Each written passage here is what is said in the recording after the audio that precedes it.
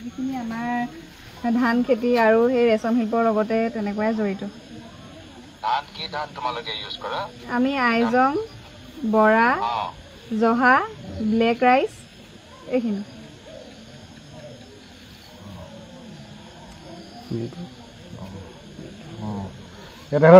পোক মাৰিবলৈ কি দৰৱ লোৱা তোমালোকে? আমাৰ তেনেকে একো দৰৱ দিয়া নহয়। আচ্ছা, আৰু ভাৰ্মি কম্পোষ্টিং কৰা নাই? মানে কেঁচু সাৰ সাৰ তেনেকে দিয়া নহয়। কেঁচু সাৰ তেনেকে ব্যৱহাৰ কৰা নহয় আমাৰ। যথেষ্ট আমি দুখিত তোমালোকৰ আজি বিপদৰ সময়ত আমি টিম পঠাইছোঁ তোমালোকৰ খবৰ ল'বলৈ। আমি এই সময় তোমাৰ লগত আৰু গোটেই আমাৰ গাঁও অঞ্চলৰ মানুহৰ লগত থিয় দিবলৈ বিচাৰোঁ।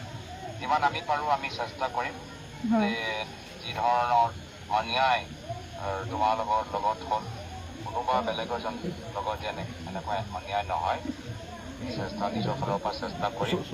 আৰু তুমিও ধৈৰ্য ধৰি ৰাখা, এয়া আশা কৰিছোঁ দেই। হয়, বহুত বহুত ধন্যবাদ আপোনালৈ। তেখেতৰ দেউতাক নমস্কাৰ। নমস্কাৰ নমস্কাৰ দেই। ধৈৰ্য ধৰক আৰু হ'ব অন্যায় অত্যাচাৰ কৰিছে।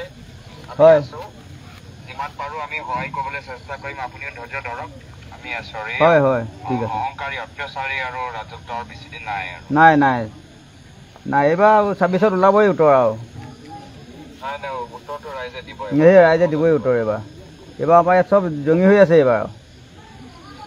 বুজি পাইছোঁ, ধৈৰ্য ধৰক দেই। হ'ব, ঠিক আছে, হ'ব, ঠিক আছে।